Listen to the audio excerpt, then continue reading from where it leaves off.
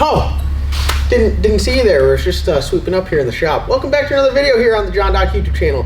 Before we get started in today's video, I do want to let you know we're giving away a whole ass car that can be yours. All you have to do to get entered to win this whole ass car is go to lsnasty.com, and it's the first link in the description down below. So if you scroll down there and click on it, shop around, every item you purchase is an entry to win. So you buy a hat, 1 entry. You buy a hat and a shirt, it's 2 entries. You buy a hat, shirt, and sticker, and a key tag, that's 4 entries to win a whole ass car. It's a 2002 New Edge Mustang LS Swap Holley EFI powered on a 300 shot. Yes, 300 shot. Chris, what do you know about nitrous? Sucks. Wow. Not on this, Not because on it's this. bad ass. Chris, what do you think about nitrous in the early 90s? Bad to the bone. Bad to the bone, yes. So just think you're in the early 90s. No, this thing's pretty sweet. It's a badass street strip car. You can drive it around. It's a real deal street car. Headlights, taillights, everything works on it. Drive around, go get ice cream, take it to Cars and Coffee, take it to the track, drive to the track and run it, drive it home. Bust somebody's ass on the street. Yeah, no bust someone's prep. ass on the street, no prep racing. You can really do a lot with this car, and it's one of the nicest cars. The interior is super clean, 2 Kirky seats. It's got a harness bar, it's got some race equipped harnesses in it. It's got a little Grant steering wheel, it's got trans brake button. I mean, it's really an awesome car. And all you have to do, Drives good. yeah, drives good. TH400 freak show converter, built 8.8, strange suspension all around, tubular front end, tubular rear. I mean, it's pretty nice. Yeah, So so it's also it's not obnoxiously loud. yeah, so go to lsnasty.com, get entered to win it. All right, y'all, welcome back to another video here. We got some parts for the Colorado build. I haven't done a Colorado update in a while. The truck's almost done up at Coker Chassis. We were planning on going up there, but with COVID and how busy we've been racing, we weren't able to make it up there. So can I still use COVID as an excuse? I mean, it's like... Shit, we got COVID. Yeah. Bob's got COVID. Yeah, Bob had COVID, but thankfully Bob's doing better now, and everyone's just coming off of having COVID. So he's working on the truck. The pictures that he sent me are absolutely amazing. I can't wait to see it in person. I think you guys are going to be super stoked to see the truck, because this truck, between this truck, the Blizzard, really all the cars, I mean, we're doing a lot of racing. The Colorado is going to be like the workhorse, I feel, of, I mean, it's got stock block, we're doing stock block races, we're going to do no preps with it, we're going to do Kinson 252 lists, some like mediocre prep, some radial racing, like, it's literally going to be able to do it all. And I'm really excited about it. So I got some parts in front of me here that we are going to be putting on the Colorado, and some of them are, obviously we got turbo. You guys are like, well, what the hell, you already got turbo on the car, but we're making the change. We put the new Force Inductions Outlaw 98 on this car here. So the old 98 GTR turbo from Force Inductions was sitting on the ground, and I think that this turbo is a better turbo than the 106. Yeah. I think for no prep racing, it's going to be a little more manageable, and we've been really fast with this, so I said, why not put it on the car? I think the other one might have been a little bit big, too, for what we're trying to do. Yeah, I think this is a better. So you guys know this turbo, so we're not going to talk about it too much, but it's a Force Inductions GTR 98mm turbo. It's just a really good unit, GT55 chassis. We got a 2-speed 400 transmission, which actually came out of the Black Sheep.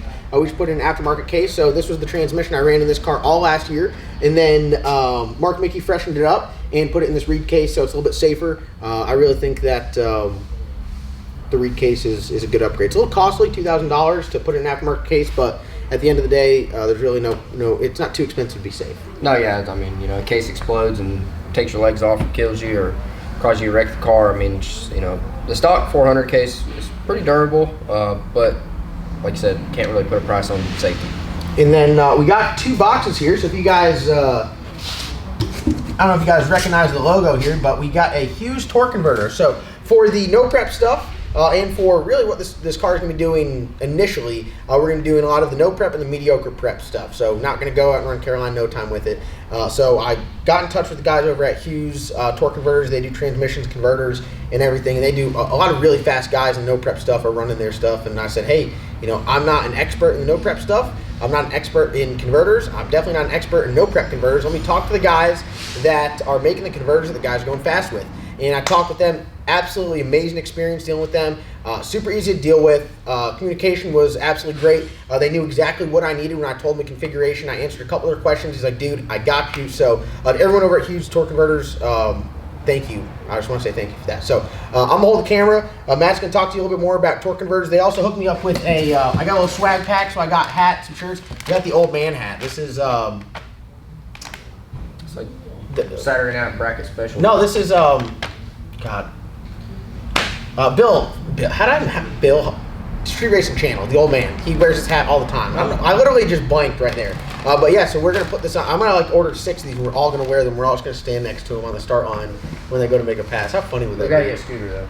We do gotta get a scooter. But no, they hooked me up with swag pack. And one thing, the transmission, the M&M transmission, did not have an external dump, and they hooked me up with their external dump kit. So Matt's gonna talk about this stuff because, again, I'm not really too familiar about all this stuff, but Matt knows a little bit better. But the kit is very complete. So yeah, big shout to Hughes. Hughes Performance really can't beat the deal here. So I'm gonna hold the camera, and Matt's gonna talk to you guys about what we got. All right, so like John said, we got converter. This is a little bit different than some of you guys have seen. This is a bolt together converter. So with the bolt together converter, you can make a stator change without having to send it off and have the converter cut apart, stator change, and then have it welded back together. So you can, it's just like the shocks, being able to change the shocks of the track. This is the advantage of a bolt together converter. You can go to a race and you're like, oh man, we need that other stator, and you can change it at the track instead of going, hey, we're just screwed. So here it is. This is the I think their SSX series. It's got a steel front cover, billet 6 pad back cover. To change the stator, you would unbolt all these bolts, pull the cover off, put the new stator in there. And the stators, a lot of these guys, it's kind of confusing. You don't really know what the numbers are. Like you hear like a 1632 or a 1530 and all that. So the first number is going to be your blade count. So we got a stator around here. I don't know I think they're in the trailer. Okay. We go to the track with a couple stators with us. Yep. So the stator, it looked like a turbine. It's got some blades on it, kind of like a turbo wheel. So your first number is going to be your blade count. So if it's 15, it's 15 blade count. The next one is going to be the blade pitch angle. Both those work in conjunction with each other. So the first one usually is like your stall speed. So if you have a 15, it's going to be tighter than a 17. When you go higher in the second number, your angle, it's going to be where it couples. So like a 35 will couple a lot harder than a 32. So I'm not sure what they put me in stator wise here. They're the experts, and that's one thing that I did. Yeah, they could be doing something crazy. That they know what I'm doing application wise. The stator that's in here would definitely not be the stator that we'd run if we were trying to run at a radial race, Carolina No Time. So a good 28 shootout. Yeah, because it would just probably you can kind of think of a converter as a clutch almost in a sense, because if your stator's wrong and like a no prep stator, it's going to be so loose that you're going to have a ton of converter slip. It works good because it absorbs some of the power and it cushions it so where it doesn't try to spin the tire.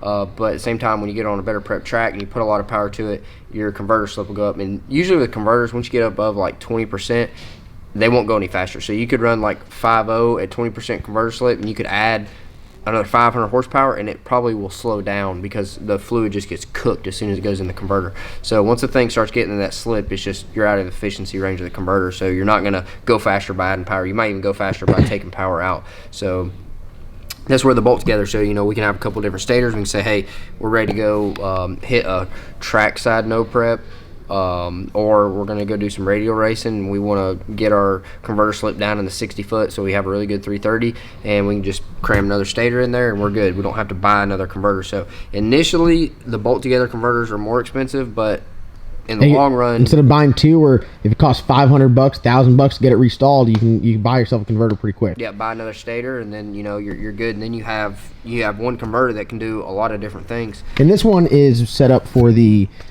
big input, the 1 3/16. That's what I run on almost all of my 2-speed 400, which is pretty much, I've converted everything except for my street car from Powerglide 2-speed 400. Yep, yeah, so big input. So you guys out there, I mean, if you're making 1,500, 2,000 horsepower, if you have a good turbo 400 input, you'll probably be okay. If you're making a lot more power than that, or really getting after it, the larger input upgrade is a good upgrade. But it's a little costly upgrade, but definitely worthwhile. So over here we have the transmission dump. Yeah, it's got the solenoids, lines.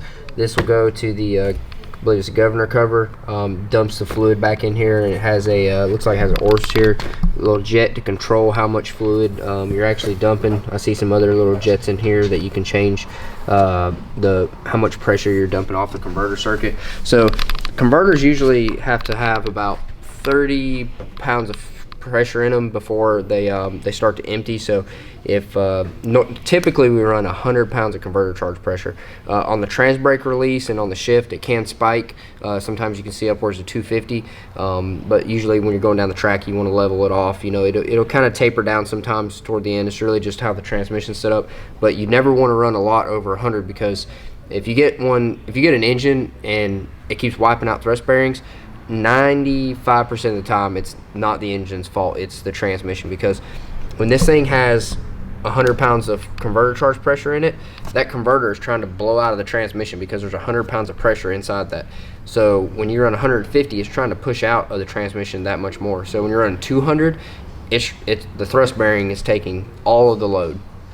So if you have a thrust bearing failure, it's probably your converter charge circuit. We converted a roller thrust. Yeah, so you can really you don't have to worry about that. But it's still good to keep it in check. Yeah, it's one of those things like transmission data. That's one thing you always want to check. Usually when they do the transmissions, they set them, but you always want to check it. But in this aspect, with the you wouldn't use this to control converter charge pressure going down the track, but you would control it to if you're trying to get it stall. So like we were talking about our stall speed, like that first blade, you could run a different blade count that normally you couldn't get it up on the chip, it'd just be too tight. You can turn the dump valve on, it dumps pressure from the converter charge circuit and it bypasses the fluid going to the converter, so it basically empties it, so it just causes a converter to slip more like it had a looser converter in it. You get the thing up on the chip to where it's making power, and then you close the dump valve. So you get your power up there, you close the dump valve, fluid goes back in the converter, everything's working normally, but you're over that hump, as they call it. So it's getting over the hump. So the dump valve really helps doing that. And you can also use it in some other stuff to, like, you know, in the no prep, if the track's really bad in the front half, like really bad, you can leave the dump on and it'll cause a converter to get looser, and then you can close the dump valve. You can even PWM it to where you kind of bring the converter in gradually. Same thing on the shift. You know, if it's knocking the tires off in the shift, you can open the dump valve right before the shift, drain the converter out, and then do it. But you need to do it needs to be proactive, because it does take a second. It's not like an instantaneous thing, so you need to turn it on before you want it to do what you want to do, because it takes it a second for it to empty out. So you can really use this as another tuning tool, or a tool to help you get down track. There's just so many different, you know, now, like all the cars that are going really fast, there's, you know, everybody, it's just all the things got to start working together. You know, you might not gain a huge number out of this, but you might gain something, and that's, you know, in racing, it's definitely worth it. It's another tuning tool. So once you get a handle on it, you know, you could turn it on with just about anything. You could do it with a Holley, just a relay, a switch, a time base. Like, there's so many things you can do to control it, because it's just a solenoid that turns it on and off. But I will say, Hughes knocked out of the park. Converter and dump valve, everything's very complete. We're going to put this on the transmission. Really should have no issues with that. Come with a bunch of gaskets, everything. Got some stickers. Yeah, there's the Pro SSX. That's the converter we got. So I'm really excited. Once we get the truck back from Bob, we'll really start throwing this in. It's going to be sweet as well, because we're going to have exposed transmission until we decide to cover it up. Yeah, I just leave it uncovered. I mean, especially with a case like this, you know, if honestly a transmission tunnel too, I guess it would be keeping fluid off you, but that's about it. Because even if it was a completely stock transmission tunnel, if you have a transmission failure and a case failure, like it's coming through the floor. Its transmission tunnel's not even going to slow it down. So, you know, when I run my car, I have a little carbon tunnel. I just leave it off. People are like, "Oh, you're not worried about the transmission," but that's literally doing nothing. So running the exposed transmission, at first you're like, it feels weird because it's there, but that's how I run everything now, and I'm not really worried about it, because I know if a planetary fails, you're done. Yeah, a little piece of sheet metal ain't gonna stop it. So I'm very excited. Big shout out to the guys over at Hughes. Big shout out to Bob at Cobra Chassis. TCAM Performance just wrapped up with the motor. We got that 5.3 motor going in there. Big shout out to M&M Transmissions. Mark freshened that thing up, so we know that transmission's already been, 420, so it definitely should handle all the power we got. The shifter.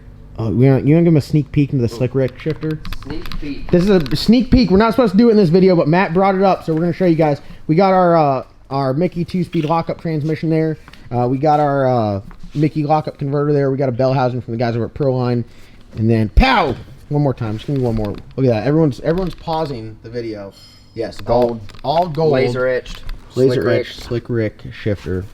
So big shout out to M&M Transmissions for that. So very excited about the Colorado build. I'd say, what do you think? Probably another 2 to 3 weeks. We'll have it back here and we'll really start working on it. So yep. In the meantime, we'll be working on this. We're gonna do some racing. So we're gonna go to the track tomorrow we're going to the track, and then we're going to come back, work on Slick Rick, try to get that motor set in there, work on the Glizzard, get that motor set in there, and then probably right around that time it'll be time to go pick up the Colorado, come back, and then really that thing already has, it'll be set up motor plate, mid plate, it'll be put motor in there, put turbo kit in there, Wire it. and start testing. So Awesome. got a lot of work to do. Don't forget, go to that giveaway. Go follow Matt on Instagram. Matt's been here working his tail off, so big thank you to that. Logan, Ben, Phil, Jason, everybody's been here working. So we're trying to clean the shop up so it looks better, especially look better on camera to you guys, and we're going to try to win some races this year. So we're trying to make everything happen full circle around here. Full circle. So, all right, we'll see you guys tomorrow's upload. Don't forget to go to lsnasty.com, get entered to win.